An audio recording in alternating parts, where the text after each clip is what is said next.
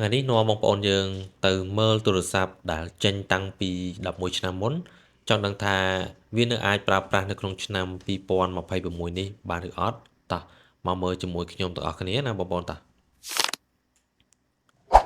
នេះគឺជា iPhone 6s ដែលវាចេញតាំងពីឆ្នាំ2015មកម្លេះមកដល់2026នេះគឺវាមានអាយុ11ឆ្នាំហើយ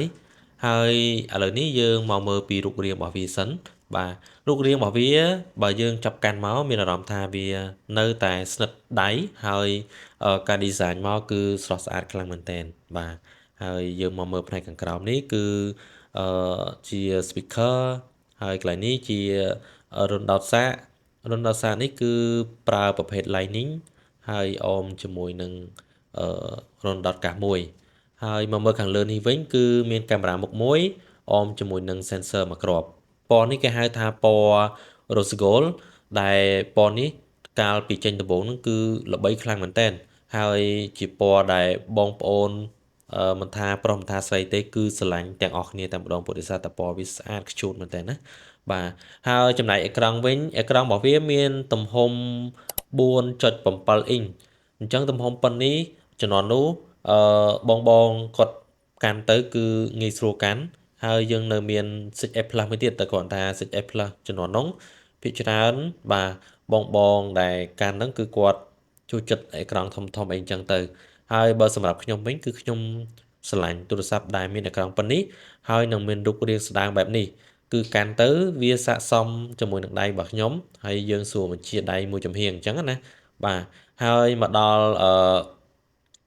កម្លាំងម៉ាស៊ីនរបស់វាវិញកម្លាំងម៉ាស៊ីនមកដល់បច្ចុប្បន្ននេះវានៅតែអាចប្រើប្រាស់បានវាប្រើប្រាស់ RAM ត្រឹមតែ 2G ទេហើយ 2G របស់វាគឺអាចដំណើរការបាន smooth មែនតើបាទយើងអស់កម្មវិធីឆ្លាស់កម្មវិធីចលឡើងគឺនៅតែដំណើរការបានធម្មតាឥឡូវយើងមក check app នៅក្នុងឆ្នាំ2026នេះយើងមើលឃើញថាវានៅតែ support app ទាំងអស់តែម្ដងដូចជា Facebook Messenger TikTok យើងអាចលេង Telegram ហើយយើងក៏អាចយកទៅលេង game Mobile Legends ឬមួយក៏ game ផ្សេងបានដូចគ្នាផងដែរហើយលើសពីនឹងទៀតបាទគឺយើងអាចប្រើប្រាស់ CapCut យកមកកាត់តវីដេអូអីបានមកល្មមតិចតួចណាបាទហើយនៅក្នុងហ្នឹងកម្មវិធី YouTube ក៏នៅតែដំណើរការបានធម្មតាដែរបងប្អូនណាបាទយើងនៅតែអាចប្រើប្រាស់ស្ដាប់បទចម្រៀងអីបានទូទៅអញ្ចឹងហើយបន្ទាប់មកពីនឹងទៀតកម្មវិធី ABA ឬមួយក៏ AC Lida ហ្នឹងគឺនៅតែអាចប្រើប្រាស់បានបងប្អូននេះបាទយើងអាចប្រើប្រាស់បានធម្មតា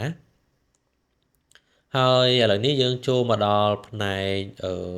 កាមេរ៉ាវិញកាមេរ៉ា iPhone 6s នេះគឺយើងមើលឃើញថានៅតែថតបានស្អាតបានច្បាស់ល្អមែនទែនទាំងរូបស្លឹក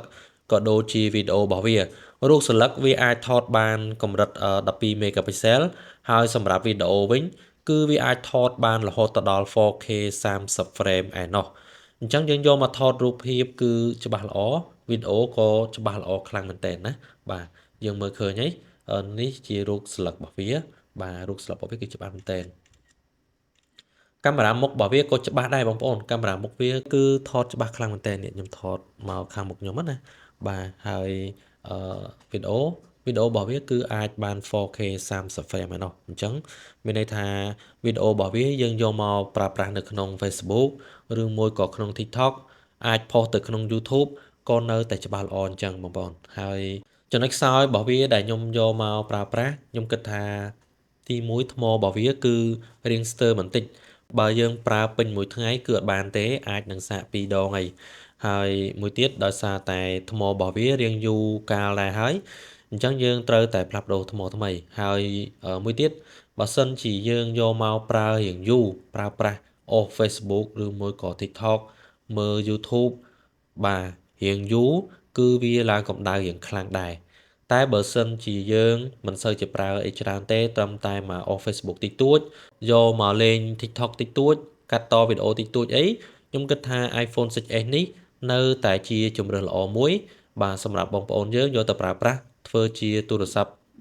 ទី2អញ្ចឹងណាបាទឥឡូវនេះយើងមើលឃើញហើយថាទូរស័ព្ទនេះនៅតែអាចប្រើប្រាស់បានទាំងអស់តែម្ដងមិនថាកាមេរ៉ាខាងក្រោយឬមួយក៏កាមេរ៉ាខាងមុខទេគឺនៅតែថតច្បាស់រូបរាងគឺនៅតែស្រស់ស្អាត ហើយអេក្រង់ក៏នៅតែដើរលឿនហើយកម្មវិធីផ្សេងៗដែលប្រើប្រាស់បច្ចុប្បន្ននេះគឺវានៅតែដំណើរការបានល្អទាំងអស់តែម្ដងអញ្ចឹងសម្រាប់បងប្អូនយើងដែលចង់ទិញទូរស័ព្ទឲ្យប្អូនតូចឬមួយក៏កូនដើម្បីឲ្យគាត់ត្រឹមតែ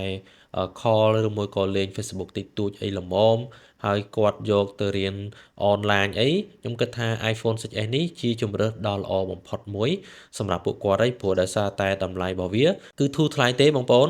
នអាចរកទិញតម្លៃចន្លោះចាប់ពី$18ទៅ$30ទេទៅតាមពិនភាគជាក់ស្ដែងថាទូរស័ព្ទហ្នឹងនៅមាន scan ឬមួយក៏អត់មាន scan ណាបាទហើយទូរស័ព្ទហ្នឹងសំណុំឬមួយក៏មិនសំណុំអញ្ចឹងទៅហើយ iPhone 6s នេះបងប្អូនចង់ទិញគឺយើងមានលក់ដែរតម្លៃវាយើងមានចាប់ពី$18ឡើងទៅដល់$30